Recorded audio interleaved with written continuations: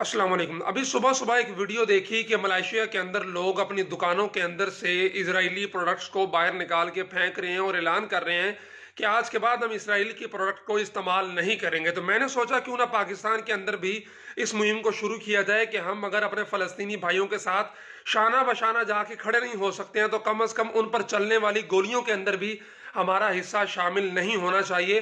तो कोशिश करेंगे पाकिस्तान के अंदर इसराइली प्रोडक्ट का बाइकआउट करें। और इसराइली प्रोडक्ट है कौन सी, उनको पहचानने का तरीका क्या है, तो उसके बारे में मैंने थोड़ी सी भी 5 मिनट लगा कर रिसर्च की है। सारी चीज़ें जो मैंने मालूमात हासिल की आपके सामने रखता हूँ। GS1 एक इदारा है, ब्रसल्स बेल्जियम में उसका हेडक्वार्टर है, जो पूरी दुनिया के अंदर आलमी ग्लोबल जो मेयारात हैं बिजनेस के वो सेट करता है और एक बारकोड जारी करता है हर मुल्क को। तो उसने जो इसराइल को बारकोड जारी किया वो 729 है। पाकिस्तान का जो बारकोड है वो 896 है। इंडिया का जो बारकोड है वो 890 है। ये आप अपने साथ स्क्रीन पे देख भी रहे होंगे, मैं तमाम चीज़ें आपको दिखा रहा हूँ।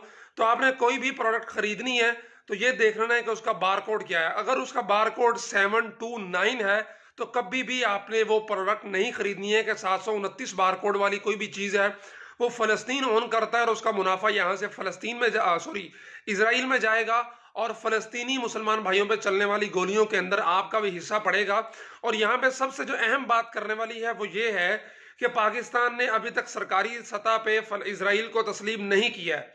तो सवाल यहाँ पे ये है कि जब हमने इसराइल को तस्लीम ही नहीं किया है तो इसराइली प्रोडक्ट पाकिस्तान के अंदर कैसे बिक रही हैं। हमारी हुकूमत को चाहिए कि इस पर ज़रा होश के नाखून ले और जो अहले दानिश हैं, दानिश्वर लोग हैं, वो सवाल करें हुकूमत से, जनाब ये कैसे मुमकिन है कि एक मुल्क को आप तस्लीम ही नहीं करते हैं, आप उसको ऑन ही नहीं करते हैं, उसका जो दुनिया के अंदर वजूद है वो आप उसको मानते ही नहीं है, लेकिन उसके मुल्क की जो प्रोडक्ट है वो आपके मुल्क के अंदर सेल हो रही हैं। ये कैसे मुमकिन हो रहा है और इसके पीछे कौन है। होना तो ये चाहिए था कि हमारी हुकूमत अनाउंस करती कि जनाब हमने इसराइल को तस्लीम नहीं किया है तो इसलिए पाकिस्तान के अंदर इसराइल की कोई भी प्रोडक्ट नहीं बेची जा सकेगी।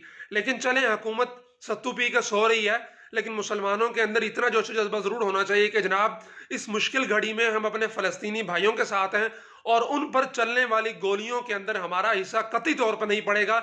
इसलिए ज़रूरी है कि इसराइल की हर छोटी से छोटी और बड़ी से बड़ी प्रोडक्ट का बाइकआउट किया जाए।